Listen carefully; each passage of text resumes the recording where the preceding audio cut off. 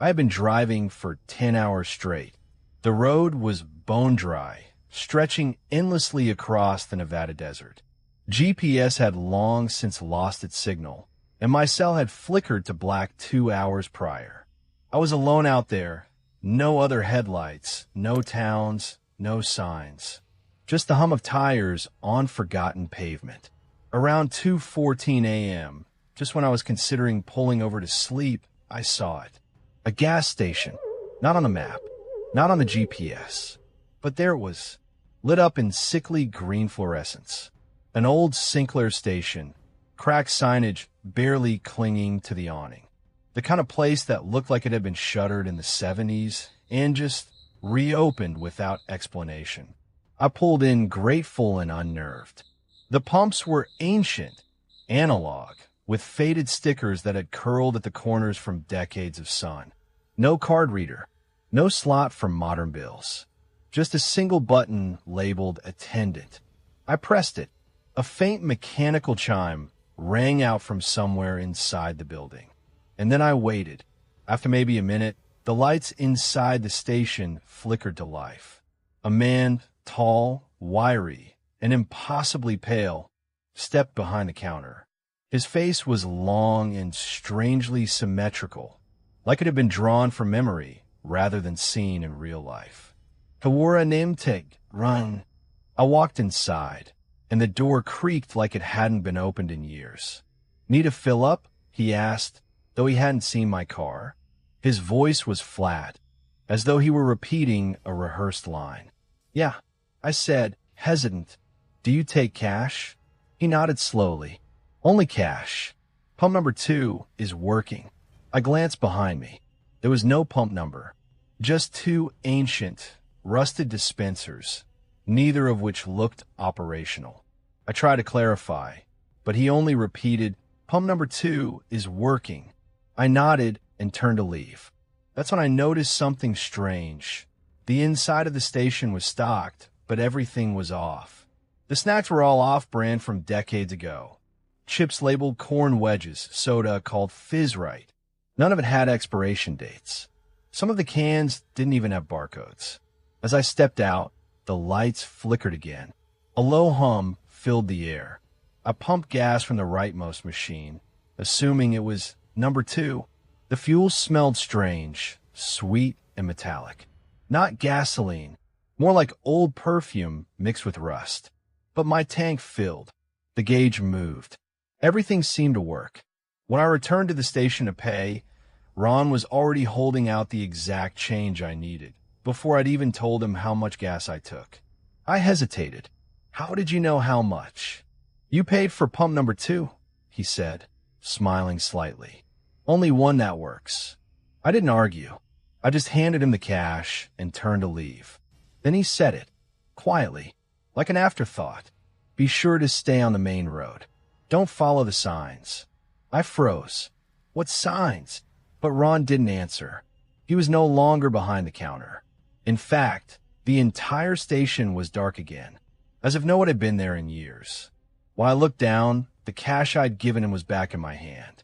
It wasn't even modern currency, an old, yellowed $20 bill with a date from 1976. I didn't stop to question it. I got in the car and drove. Fast. 15 minutes later, headlights appeared behind me. Close. Too close.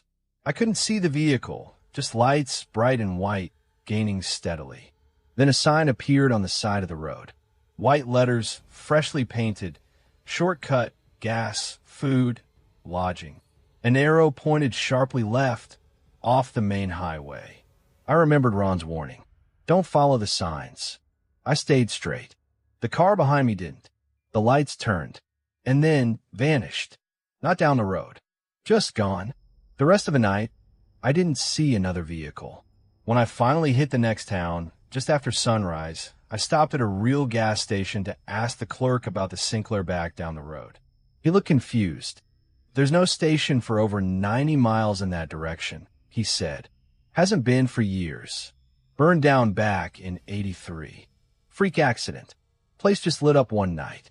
Whole building melted down to the concrete. I didn't argue. I didn't tell him about Ron, or the gas that still sat in my tank. I just nodded and drove on.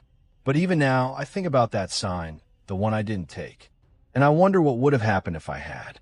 Because late at night, sometimes, I still hear the hum of that pump. And I swear, I still smell that sweet, rusted perfume. As if something's waiting. As if I left something behind. Or maybe something followed me out. They say pit stops are just pauses, blips on a longer journey. But sometimes, when you pull over for a moment, something else pulls closer. Something watching, waiting. It happened to Caleb in the winter of 2017.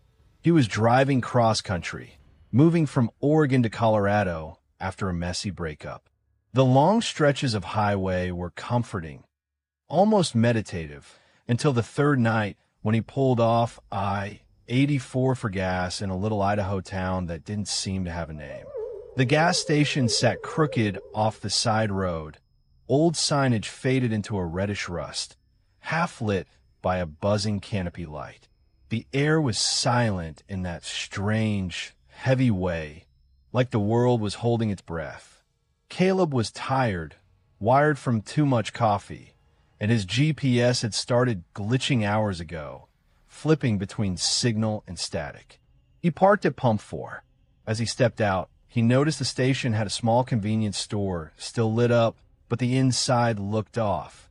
The shelves were bare in places, and the lights flickered like a dying heartbeat. Still, he went in. The door creaked open slowly, as if resisting. There was a woman behind the counter. She had long black hair tucked behind her ears and was dressed in an old-style blue uniform with no name tag. Her smile was warm, almost too warm. Caleb immediately felt a strange tightness in his chest. Not quite fear, but something akin to déjà vu. She didn't speak when he greeted her, just watched. He grabbed a couple of snacks and a bottle of water, laid them on the counter. That's when she spoke, finally, quietly, almost too softly. "You're not supposed to be here yet." Her words hung in the air like a fog. Caleb laughed awkwardly, assuming she was joking. But she didn't blink, didn't smile. When he asked what she meant, she said nothing else, just rang up his items. Her hands moved mechanically. Her eyes never left his. The receipt didn't print. Instead, the machine spit out a blank piece of paper. On it, in faded ink, were the words, "Turn back before mile marker 237.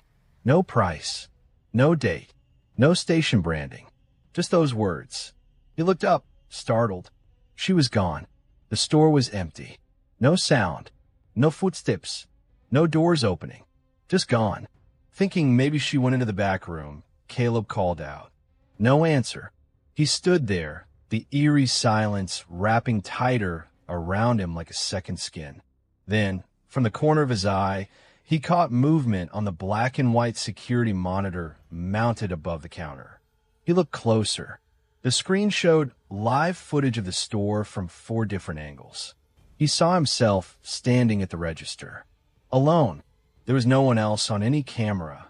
He rewound the footage, confused. The store system looked old but functional. The timestamp matched the time he entered. On the playback, he watched himself walk in, pick up items, and approach the register. But at no point did the woman appear. Not behind the counter. Not anywhere. He rewound again and again. Each time, no one. His skin crawled as something cold slithered down his spine. Who? Or what had he spoken to? The cameras had captured everything except her. Feeling sick, he dropped the blank slip of paper and ran out of the store. The wind outside felt colder than it had moments ago, sharp and full of static. He turned back toward the gas station store and saw something that made his blood go cold. All the lights were off now, like the place had never been open. His car was still there, pumps still connected. He yanked it free, jumped into the driver's seat, and sped back onto the road. Mile markers blurred past in the dark. 233, 234, 235. As he neared 237, His headlights flickered. The radio, which had been dead silent, suddenly burst to life with a static-drenched voice. Faint, whispering. She wasn't supposed to be seen. The voice sounded warped, distant, like it was submerged in water. He passed mile marker 237. Nothing happened. At first. Then, without warning, the world tilted. The road felt too long. He looked at the clock on his dashboard. 12:13 a.m. He drove for another hour. Still 12:13 a.m. The sky never changed. The road never curved. And every time he glanced at the GPS, it read the same message, searching for signal. Eventually, he saw another gas station up ahead. A different one. Modern. Bright. Occupied. He pulled in, shaken, and asked the clerk inside if he knew about the station off I-84, the one with the woman behind the counter. The clerk looked confused, then pale. There's nothing out there. Not for years. That station burned down in 2009. Owner died in the fire. His daughter was working that night. She didn't make it out. Caleb felt like the air was being squeezed from his lungs. He asked if they had cameras, just to prove he was here now. Real. They let him see the footage. This time, he wasn't on it. Only his car pulling up. Sitting. No one getting out. No one entering the store. No one at all.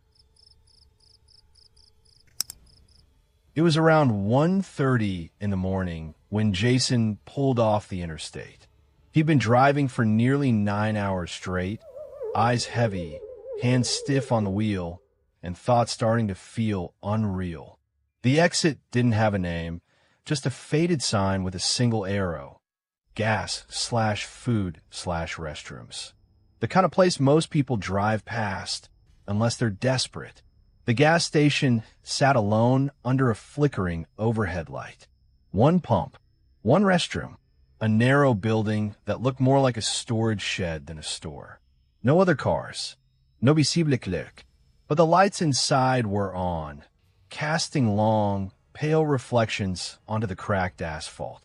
Jason pulled in, relieved. He wasn't even sure if his brain was working right anymore. He killed the engine and stretched before stepping out into the silence. No crickets, no wind, just a kind of emptiness that felt louder than sound. He walked toward the door, but something made him pause. There was a man, sitting on a wooden bench just outside the building, perfectly still. He wore a faded black coat and jeans too clean for someone who looked like they lived on that bench. His eyes were wide open, unblinking. Jason gave a polite nod. Evening. No response. He assumed the man was asleep with his eyes open. He'd heard of stranger things. Still, something about the way the man sat unsettled him. Upright. Too upright. Like he hadn't moved in hours or days. He stepped inside the gas station. No music. No hum of coolers. The air smelled like old dust and cleaning chemicals. Shelves were nearly empty. Just a few expired candy bars and some off-brand beef jerky. The counter was unattended, though a small bell sat beside the register. Jason rang it once. The sound felt wrongly loud, echoing longer than it should have. A minute passed, then 2. Still no one. He checked the restroom sign, employees only. But the door wasn't locked. When he tried the handle, it opened with a slow creak. Inside was a single stall, a mirror, a sink. It was spotless, unnaturally clean, like no one had ever used it. Or maybe someone had cleaned it obsessively. Jason didn't like the feeling crawling down his back. He finished quickly and returned to the counter. The man was still outside, still in the exact same position, still not blinking. Jason hesitated, then turned to leave. He hadn't even gotten gas yet. As he stepped out, he noticed something. The man's head was now slightly tilted. Just slightly. A few degrees. But it had definitely moved. Jason's heartbeat picked up. He glanced back at the door. Still no clerk. No one at all. The man's eyes were on him now. He knew it. He could feel it. Jason cleared his throat. "You okay, man? You need anything?" Still no reply. The man didn't even twitch. Not a blink. Not a shift in breath. Just watched. Jason climbed into his car quickly, locked the doors. He was about to turn the key when he saw it. The man's hands had moved. They were now resting neatly on his knees, palms down. They hadn't been like that before. Jason started the engine. The gas pump still read 0.00. He hadn't even filled up, but he didn't care anymore. He was suddenly sure of something he couldn't explain. If he stayed another minute, something would happen. Something irreversible. As he pulled away, headlights cut through the darkness from behind. Another car, maybe? Jason looked in the rearview mirror. The bench was empty, but there was no sign of the man walking away. No sados. No movement. Just gone. He sped up. A few miles down the road, his dashboard flickered. Then the car stuttered, engine choking like it couldn't breathe. Jason cursed. He should have gotten gas. But he knew he hadn't used that much. Not in just a few miles. The engine died. Silence again. Jason sat still, unsure of what to do. He reached for his phone. No signal. And then the headlights. In the rearview mirror, a pair of lights flared on, maybe 100 feet back. No sound. No engine hum. Just lights. Perfectly still. Jason's stomach sank. He hadn't heard a car. He hadn't seen one pull up. Just on.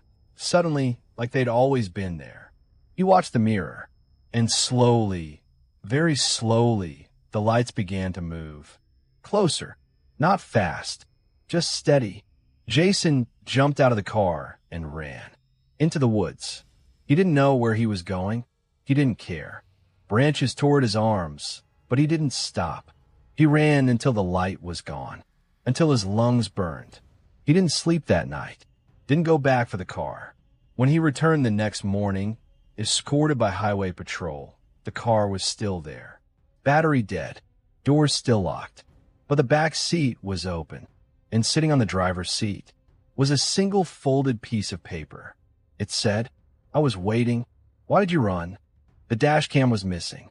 But the officer told Jason something even stranger. That stretch of road hadn't had an open gas station in over 20 years. They used to have one, sure. Small place. Went out of business after a string of disappearances in the 90s. Travelers who stopped and were never seen again. Jason never found out what that man was, or if he was a man at all.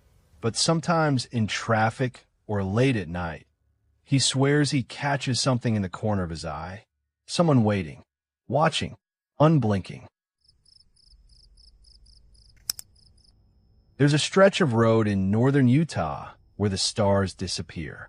Not behind clouds, not behind mountains, but gone. Like someone forgot to turn the sky on. It's about 30 miles of Tulane Highway, wedged between sagebrush, abandoned trailer parks, and a radio silence so deep your thoughts echo. Jenna had driven this route maybe a dozen times, always at night, always alone. She liked the silence. She said it helped her think. This time was no different, until she hit the old rest stop near mile marker 241. It wasn't much. A single restroom shack, a dead payphone, and an overflowing trash bin. But the weird part? There were lights, soft, floating orbs, glowing faintly behind the rest stop, dancing just beyond the tree-line. At first, she thought they were fireflies. But fireflies don't hum. These lights had a sound to them. Faint at first, like tuning forks vibrating underwater. Then stronger. It wasn't music, but it had rhythm. Pulsing. Beckoning. She wasn't the kind of person to chase weird lights into the woods. But she wasn't scared either. She was curious. That kind of curiosity that hides under your skin, like an itch you shouldn't scratch. She got out her car. The air was dry and still. The rest stop bathroom door creaked open slightly and then slowly closed behind her, though no wind blew. She ignored it. The lights moved again, further into the woods now, but slow, as if waiting for her. That hum returned, louder this time, almost like whispering. She followed. The dirt crunched under her boots, but the sound was swallowed by the forest. It wasn't long before the rest stop disappeared behind her, and still, the lights led her deeper. Every few steps they paused, like they wanted her to catch up, like they knew she was following. Then the air changed. Not temperature, not smell, something spatial, like walking into a room that shouldn't exist. The trees around her were suddenly wrong, straight as metal poles, too evenly spaced. Their bark looked smooth and artificial under the glow of the orbs. And the sky wasn't black. It was gray, flat, like painted concrete. Jenna stopped. That's when she noticed there were no bugs, no wind, not even her own breath. She opened her mouth and exhaled. No sound. She turned around. There were no lights behind her, just dark, impossible dark. And that's when she realized she hadn't just wandered into the woods. She'd left. Wherever she was now, it wasn't where she started. Ahead, the lights had stopped moving. They floated in a perfect circle, hanging mid-air above a shallow depression in the ground. Like a ritual site, or a trap, Jenna approached cautiously. The hum had returned, now unmistakably a voice. Not words, but intent. It was offering something, or warning her. She couldn't tell. At the center of the circle lay a backpack. Faded orange, torn zipper, the kind college students wear when they hitchhike cross-country. Jenna stepped forward and opened it. Inside was a wallet. No cash, just an ID. David Klein, age 22, Boise, Idaho. She remembered the name. A college kid who vanished in 2019 while road tripping from Utah to Oregon. No one ever found a trace. Until now. She looked up. The lights were closer. Much closer. Jenna took a step back, and the world bent. Like walking on warped glass. Her foot touched the ground, but it felt like it sank an inch too far. She turned and tried to run, but her body didn't respond normally. Her limbs moved slow, like underwater. The air was thick, pressing against her skin like plastic wrap. And still the lights followed. Not fast, but patient, predatory. She stumbled, landed hard. The ID flew from her hand. When she scrambled to grab it, her fingers passed right through it like smoke. That's when she knew she wasn't supposed to be here. Whatever this place was, it wasn't made for people. It lured people. She remembered the rumors. The so-called lost mile markers. Places where travelers slipped into spaces that didn't obey our rules. Places where time snapped like thread. Where things watched from beyond the cracks. She forced herself up, eyes darting in every direction. There, off to the left, a flicker. Not light this time, but headlights. Faint, distant, real. She sprinted. The forest around her didn't resist, but it didn't help either. Trees blurred past. Lights danced at the edges of her vision. Always moving, always circling. But the headlights got closer. A road. A real road. She burst from the tree line and stumbled onto asphalt.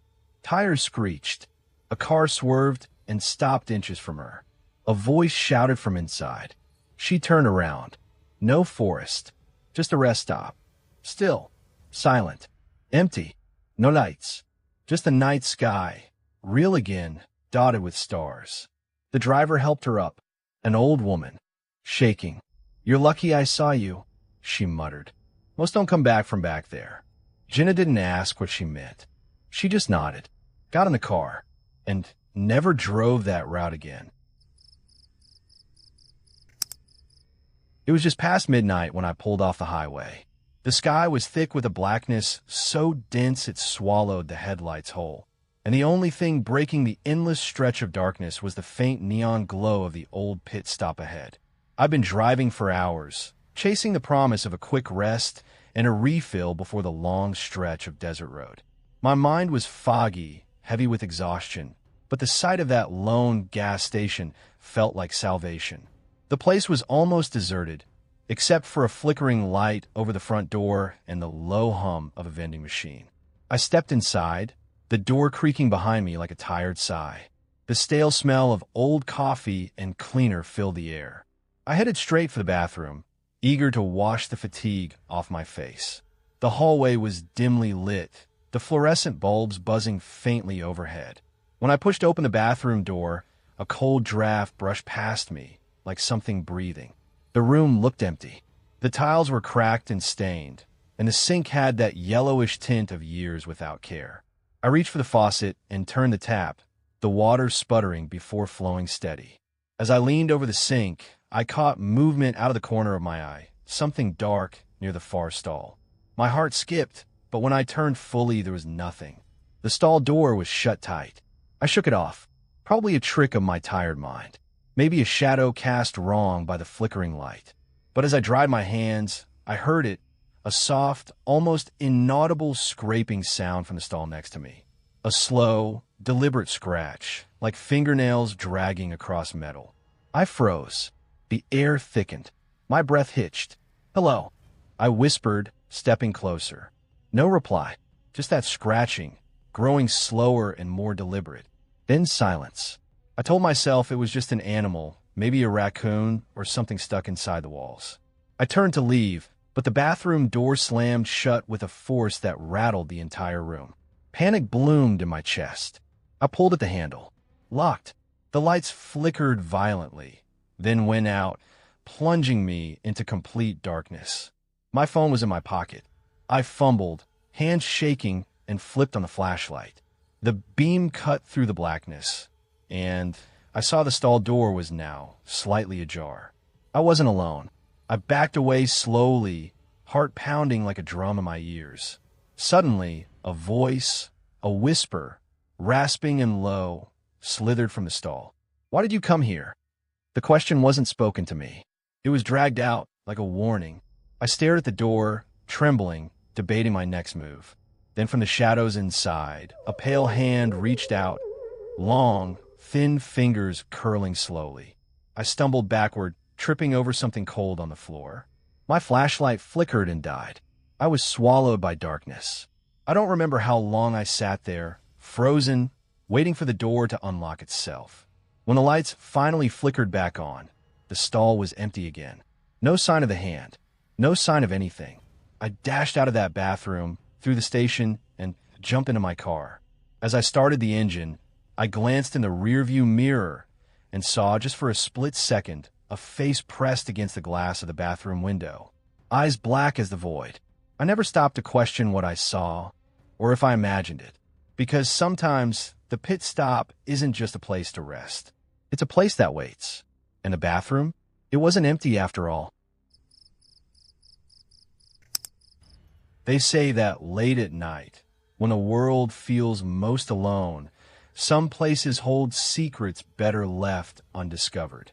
It was just past midnight when I pulled off the highway to a small, nearly deserted pit stop, an old gas station tucked away between two endless stretches of dark road.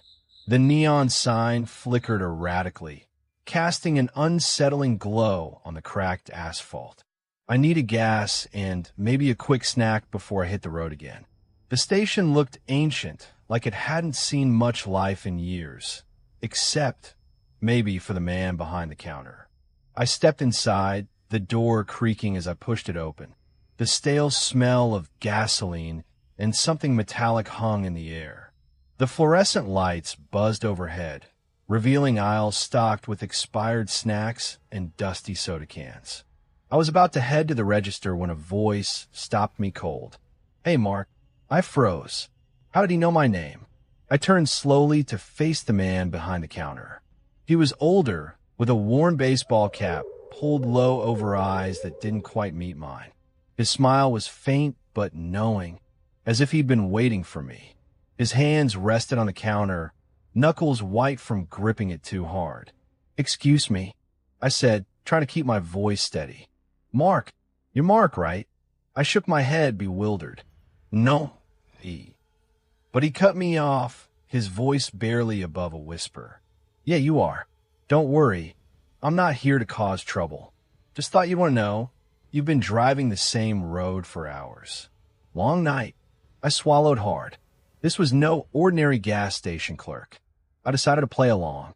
He had just got off work, tried to get home. He nodded slowly, eyes narrowing. You live in that little house at the end of Willow Lane, don't you? Near the creek. A shiver ran down my spine.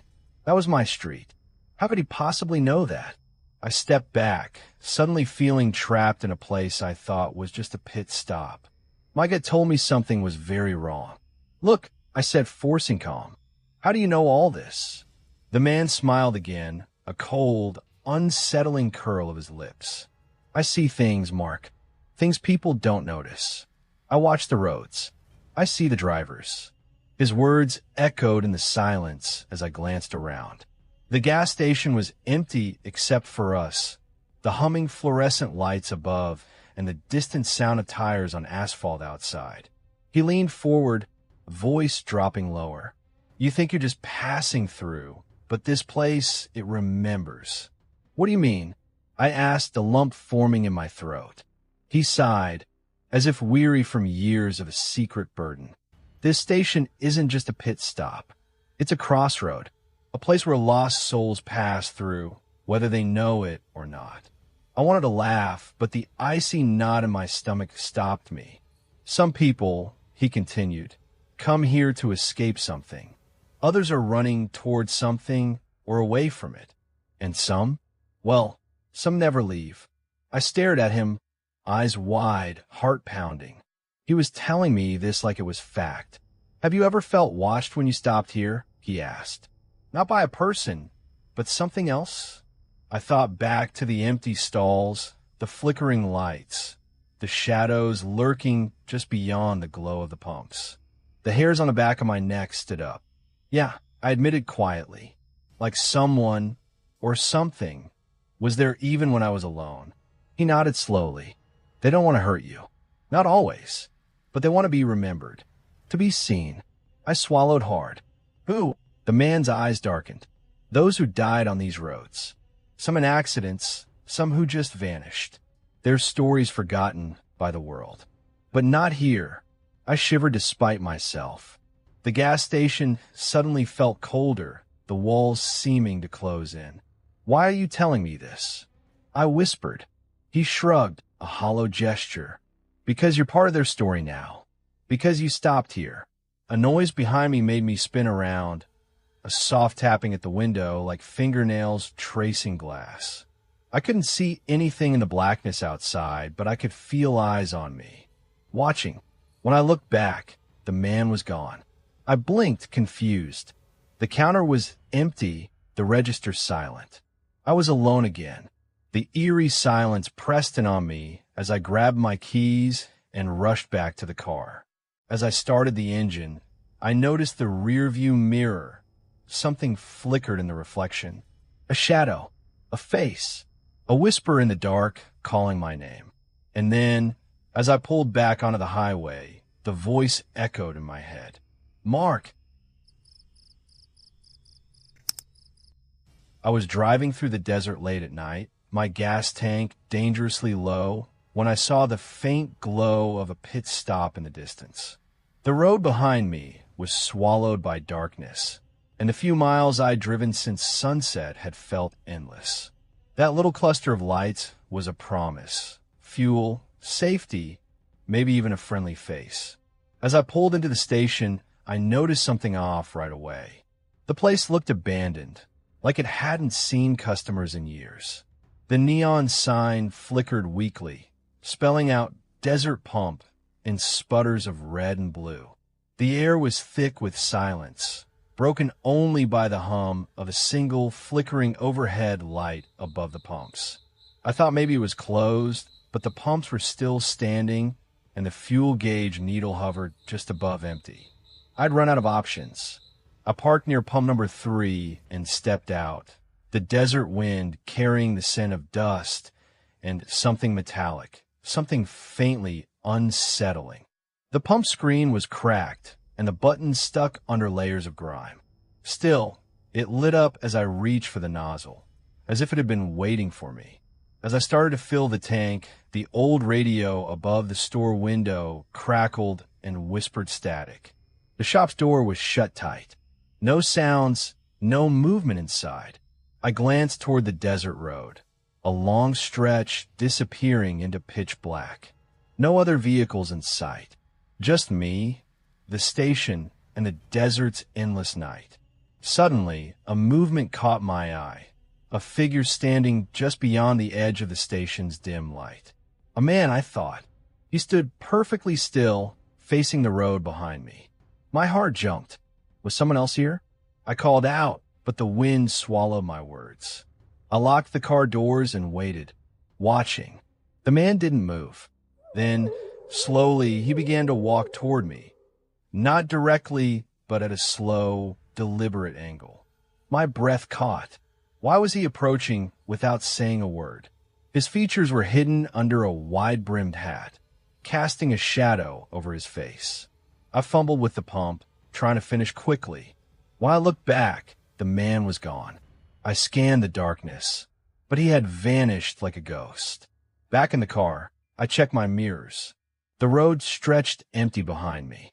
No sign of anyone. I turned the key in the ignition. The engine roared alive, but the headlights illuminated something strange in the rearview mirror. A figure, pale and still, sitting in the back seat. I slammed the door and flicked on the interior light. Nothing there. Shaking off the chill creeping up my spine, I eased the car out of the station and back onto the road. The moment I did, the GPS blinked out, replaced by an old-fashioned compass spinning wildly on the dashboard. I glanced at the gas gauge. It read full, but my heart told me otherwise. The road ahead was a mirror image of the one I had just left, stretching endlessly. Every landmark repeated. The same solitary cactus, the same curve in the road, the same cracked sign that read, Desert Pump. I tried to drive past it, but every time I passed, the pump flickered back to life, glowing brighter than before.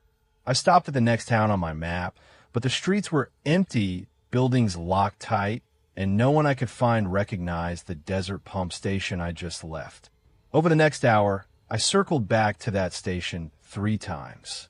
Each time, the figure appeared just beyond the pump, always facing the same direction, never turning to look at me. Once, as I slowed near pump 3, the air around me felt thick, like the desert had become a vacuum. The radio crackled to life with a distorted voice whispering, "Turn back." I wanted to leave. I wanted to escape the desert's grasp and the station's sinister pull. But the road ahead twisted in on itself like a snake biting its tail, forcing me to return again and again. Each time, the pump's lights flickered faster, the man drew closer, and the desert wind grew colder, more desperate. Then, the car radio switched on by itself, playing a scratchy, haunting tune I couldn't place. The melody looped endlessly, like a broken lullaby. In the rearview mirror, shadows stretched and warped, forming shapes that weren't mine. I felt eyes on me. Not just a man at the pump, but something deeper, something ancient buried beneath the cracked asphalt. I realized I wasn't just running low on gas. I was running out of time. The station wasn't a place. It was a trap, a portal to somewhere I wasn't meant to go. A desert limbo, holding lost travelers like me, forever caught between miles of endless road. And the figure? Not a man, but a warning. I slammed on the brakes, but the desert whispered back. The compass spun faster, the lights flickered in a frantic rhythm, and the desert pump glowed brighter, waiting for the next traveler foolish enough to stop. It was a late night, well past midnight, when I stopped at a remote highway rest area to stretch my legs and grab a quick snack. The place was eerily quiet. Only a single vending machine stood beneath the flickering fluorescent light, humming softly in the darkness. I remember thinking how strange it was for such an isolated spot to have a vending machine stocked so neatly, as if it had been refilled just hours before. I approached it, tired and hungry. The machine was old, with a cracked glass panel and faded stickers curling at the edges. I pressed the button for a soda, but nothing happened. I tried again, louder this time, the button sticking for a moment before releasing. Then, without warning, the lights inside the machine flickered violently. At first, I thought it was a power surge, but then the soft hum from the machine warped into a low growl, deep, unnatural, and somehow alive. I stepped back, unnerved, but curiosity pulled me closer again. My eyes scanned the rows of snacks and drinks, but something seemed off. A shadow moved inside the machine's glass, a ripple against the metal shelves. The cans and bottles shifted slightly, as if being nudged from within. I stared harder. It looked like something was crawling inside the vending machine. Something small but impossibly fast. The shelves seemed to bend inward in places, like the structure was breathing. I rubbed my eyes, thinking exhaustion was making me see things. But when I looked again, a pair of tiny, glowing eyes stared back at me from the darkness behind the snacks. Frozen, I tried to call out, but my voice caught in my throat. The eyes blinked slowly, then vanished. I reached for my phone to turn on the flashlight, shining it directly into the glass. The beam illuminated empty shelves. No creature, no movement, just stale chips and candy bars. The air grew colder. I leaned in again, pressing my hand on the machine's cool glass. Suddenly, the lights flickered out completely, plunging me into darkness. The humming stopped. Silence. Then I heard it, a soft scraping noise coming from inside. Something was trying to get out. I stumbled back as a faint thudding began against the glass. Slow at first, then frantic. The vending machine trembled as if something huge was trapped inside. I could see the distorted outlines of what looked like claws scraping behind the shelves. The cans rattled violently, the whole machine shuddering with the unseen force. My heart pounded. I wanted to run, but I couldn't tear my eyes away. Suddenly, the glass cracked, spiderweb fractures spreading fast. The light inside the machine flickered back on, revealing a twisted, shadowy figure crouched inside. Its shape was vaguely human, but twisted, malformed, with spindly limbs folded awkwardly between rows of soda cans. Its face was hidden, but those glowing eyes pierced right through me. Then it lunged forward, vanishing into the darkness behind the machine as the crack shattered into dust. The lights flickered once more and then stabilized. The vending machine was silent, still, as if nothing had happened. I didn't wait to see if it would come back. I ran out of that rest stop faster than I've ever driven. But sometimes late at night when I'm on the road again, I think about those eyes watching from inside the vending machine. The thing that was trapped there, or maybe waiting. And I wonder, what if it's still alive in there, hiding behind the glass, waiting for the next traveler to feed it? It was just past midnight when I pulled into the last gas station before a stretch of empty highway that led nowhere for miles. My car's tired engine had been struggling for a while, and the blinking fuel light had been nagging me since the afternoon. I was exhausted, and the glow of the station was a welcome sight. Flickering neon signs and the dull hum of fluorescent lights. The place looked like it hadn't changed in decades, like a relic from some forgotten time. The pumps were old-fashioned, and the air smelled of stale coffee and burnt rubber. As I stepped inside, I noticed the clerk behind the counter, or rather, I noticed him because he didn't seem like anyone I had ever seen. He was sitting motionless on a high stool, staring straight ahead. His eyes were open but vacant, unfocused. The kind of blank stare that makes your skin crawl. His hands rested limp on the counter, not moving an inch. No blinking, no shifting in his seat. It was almost as if he was frozen in place. I cleared my throat, hoping to get his attention. "Hey," I said softly. No response. I tried again, louder this time. "Excuse me?" Can I get some gas, please? Still nothing. He didn't move. Not a blink, not a twitch. It was as if he was a mannequin, carefully positioned for some reason I couldn't understand. Unease started to curl in my gut. I glanced around the store. It was eerily quiet, except for the faint buzzing of a flickering overhead light.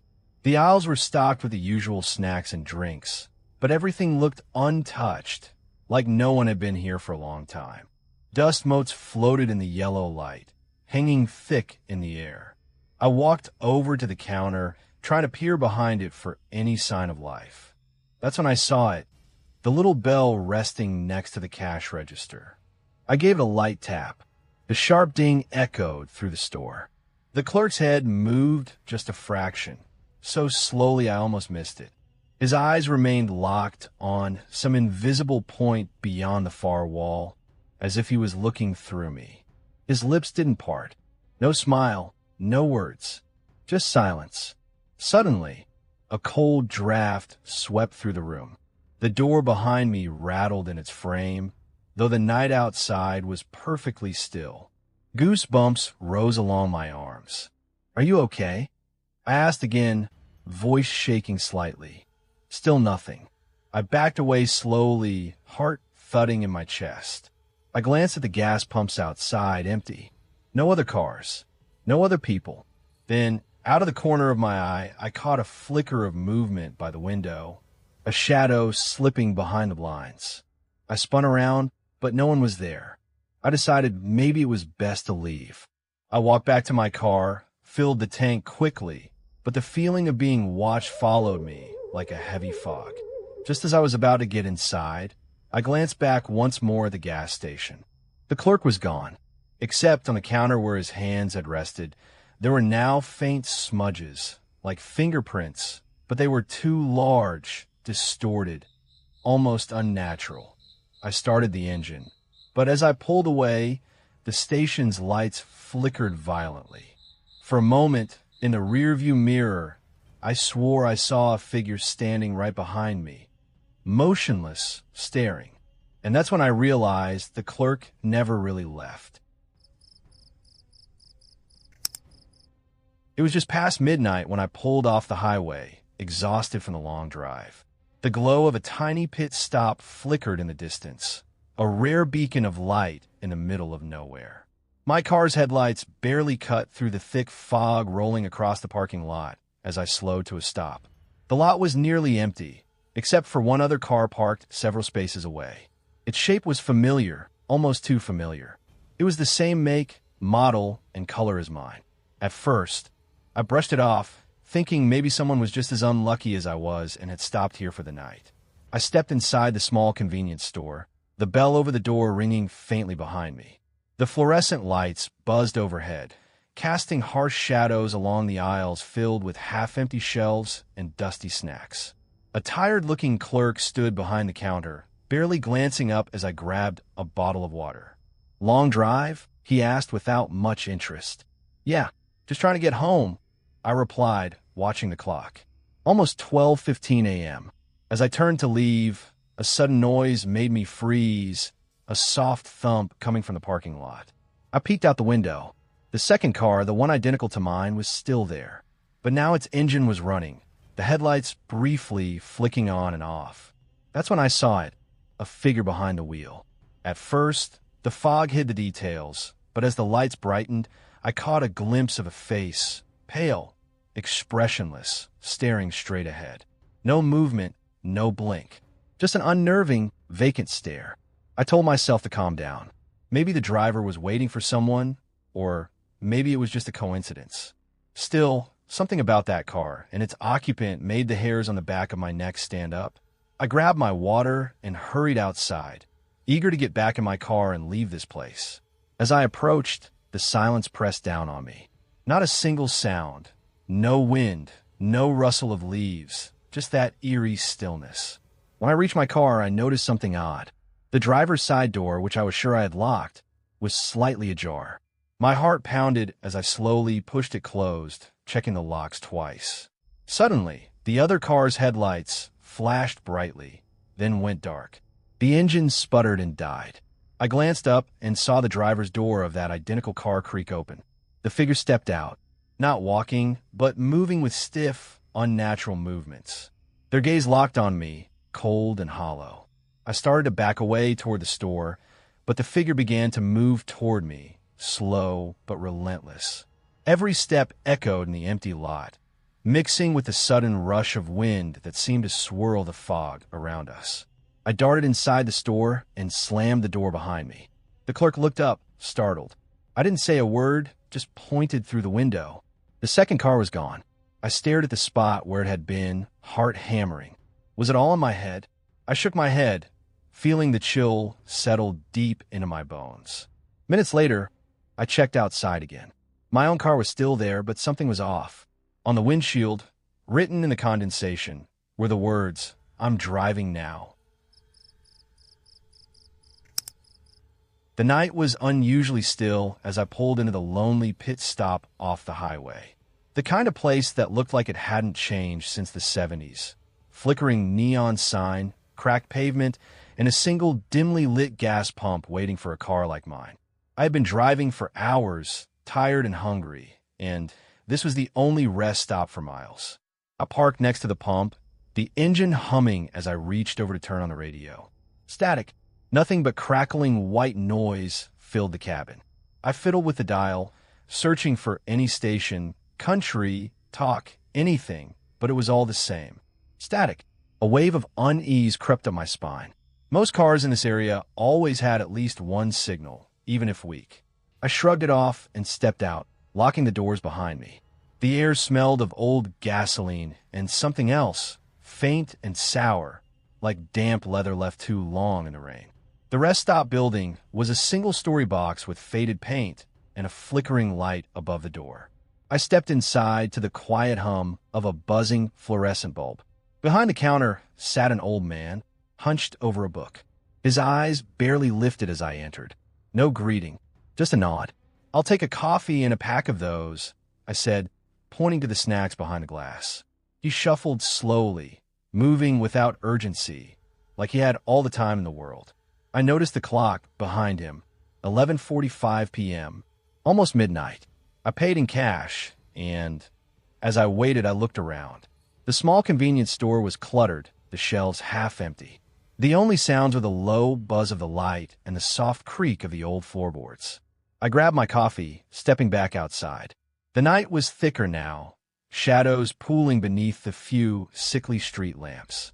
I got back in the car and turned on the radio again. Still static. I glanced down at the clock on my dashboard. 11:53 p.m. A soft pop crackled through the speakers, and then, faintly at first, a voice emerged. It was garbled, layered beneath the static like a whisper on the wind. I strained to hear. "Don't turn back." The voice was distant, but there was a strange urgency in it. My heart quickened. "Hello." I called out softly. No answer. Only the static returned. I shook my head, telling myself it was just interference. Maybe a prank signal from a nearby ham radio or some weird atmospheric glitch. I started the car, intending to leave, but as I reached for the gear shift, the voice returned, clearer this time, cutting through the static like ice. "Midnight come." The clock blinked 11:59. Goosebumps erupted along my arms. I scanned the parking lot. No one was around except me and the old man in the store, who now stood at the door, watching silently. I took a deep breath and tried the radio one last time. The static melted away and a clear, calm voice filled the car. "Welcome back." It was calm, almost soothing, but not human. It was too mechanical, too precise, and it repeated over and over. "Welcome back. Welcome back. Welcome back." I glanced in the rearview mirror, suddenly noticing movement behind me. At the edge of the lot, just beyond the pool of dim light, something shifted, something tall and impossibly still. A figure standing just at the edge of vision, where shadows swallowed the details. I locked my doors and tried the radio again. The voice had stopped. My phone was dead. No signal. I looked at the clock, 12:01 a.m. The car's engine sputtered, then died. Silence. The figure moved closer, but never fully emerged into the light. I tried the key again. Nothing. The radio crackled back to life, the same voice whispering, "Stay, with US." Panic settled in as the old man's door creaked open behind me. I dared a glance in the rearview mirror. The figure was now at the driver's side window. No face, just dark, empty space where eyes should be. I shut my eyes tight. When I opened them again, the engine roared to life. The figure was gone. I didn't look back. The radio went silent. It started as a routine stop. I was driving late one night on a lonely highway, miles away from the nearest town. The fuel gauge was hovering dangerously close to empty, so when I spotted the flickering neon sign of a small gas station, relief washed over me. It wasn't much, a single pump out front, a tiny convenience store lit by a few buzzing fluorescent lights, but it was enough. I pulled in, parked, and went inside. The air was stale, mixed with the faint scent of old coffee and motor oil. Behind a counter stood a middle-aged man with a tired face and eyes that didn't quite meet mine. He said nothing, just nodded as I paid for some snacks and a bottle of water. Before leaving, I noticed a large, worn map pinned to the wall near the exit. It was a map of the local area, with various routes and landmarks marked in faded ink. I had no particular reason to look closely at the map, but something about it caught my eye. The edges of the map curled up, and in the center, a red circle was drawn around an area labeled Old Hollow. I'd never heard of that place before. Curious, I asked the clerk, "What's Old Hollow?" He hesitated, then said quietly, "Just a dead-end road. Best not to go there." His voice was low, almost a warning. I smiled, dismissing the caution. I had plenty of time to burn before reaching my destination, so I decided to take a detour just to see what this Old Hollow was all about. Back in my car, I started the engine, pulled the crumpled map from my pocket, and tried to plot a course. But no matter how many times I traced the roads, the map seemed off. The red circle was clear, but none of the roads leading to Old Hollow appeared on my GPS. It was as if the place wasn't supposed to exist. Still, I followed the old map's directions, leaving the highway behind and driving down a gravel road that quickly narrowed and twisted through thick trees. The deeper I went, the quieter it became. The hum of my engine was swallowed by the dense forest. The air felt heavier, colder, somehow, even though it was a warm summer night. About 10 minutes in, my headlights caught something strange up ahead. A small wooden sign, barely visible in the shadows, read, "Welcome to Old Hollow." The letters were chipped and faded, but unmistakable. I slowed down, heart pounding. The road ended abruptly at a clearing with a dilapidated building, what looked like an abandoned gas station. The pumps were rusted and cracked, the windows boarded up. A flicker of movement caught my eye near the back of the building. Suddenly, my car's radio buzzed with static, then a faint voice whispered through the speakers, barely audible, but unmistakably human. It sounded like someone calling my name. I slammed the radio off, trying to shake the creeping unease. The map was right. Old Hollow existed. But why wasn't it on any navigation system? Why was it hidden, forgotten? Then, as I stepped out of the car, a cold wind swept across the clearing. The night grew darker. My breath formed small clouds in the air, even though it wasn't cold enough for that. I glanced back toward the building. The boarded-up windows suddenly looked like empty eye sockets, staring. My instinct screamed at me to leave. But before I could turn the key, the engine sputtered and died. Panicking, I tried again. Nothing. The car was dead. I was alone, stranded in a place that didn't exist on any modern map, with a dead car and shadows moving just beyond the edge of my headlights. I fumbled for my phone. No signal. Not a single bar. A faint noise drifted from the trees. Soft footsteps, slow and deliberate. Not too close, but never far enough to ignore. I grabbed my flashlight and walked cautiously toward the old gas station, hoping to find a phone or a way to call for help. Inside, the smell hit me first, old gasoline, mold, and something else. Something metallic, faint but unmistakable. The floor creaked beneath my feet. Dust swirled in the weak beam of my flashlight. Then I saw it. A hand-drawn map pinned to the wall inside the station. It was identical to the one I'd seen outside, except this one was different. The red circle wasn't around Old Hollow. It was around a small dot just beyond the edge of the building, labeled simply, "The End." I felt a chill crawl up my spine. Suddenly, the door slammed shut behind me. The flashlight flickered and died. In the darkness, I heard a voice whisper again. This time it wasn't my name. It said, "You shouldn't be here." The gas station map led me to nowhere. No roads, no exit, no help. Only the endless dark. I never believed in anything paranormal until that night at the pit stop on the edge of nowhere. It was late, way past midnight, and the highway was empty, a ribbon of black asphalt swallowed by darkness on all sides. My car was running low on gas, and the glowing sign of the lone gas station flickered in the distance like a beacon of safety. I pulled in relieved. The fluorescent lights buzzed overhead as I stepped out and walked toward the convenience store. The night air was thick, almost heavy, like it was holding its breath. I glanced around, but no other cars were parked there. Just me. I went inside and paid for a small bottle of water and a bag of chips. The clerk, an older man with tired eyes, didn't say much, just nodded. I figured he was just tired for a long night of nothing. The walls were lined with snacks, candy, and magazines that looked outdated by at least a decade. It felt like a time capsule stuck in place. When I left the store, I walked back to my car, the dim light casting long shadows behind me. That's when I noticed it, the reflection in the window of the gas pump. My reflection looked off. Not wrong exactly, but like it didn't quite match my movements. I stopped moving, and my reflection froze a second longer before mimicking me. It was subtle, but it was enough to make the hair on the back of my neck stand up. I shook it off and started filling my tank. I glanced again at the reflection. This time, it blinked when I didn't. My heart pounded. That's when I realized my reflection wasn't following me out of the store. I turned around sharply, expecting to see someone behind me, but there was nothing. Just the empty lot and the quiet hum of the fluorescent lights. The reflection, though, was still there, standing perfectly still in the window, watching.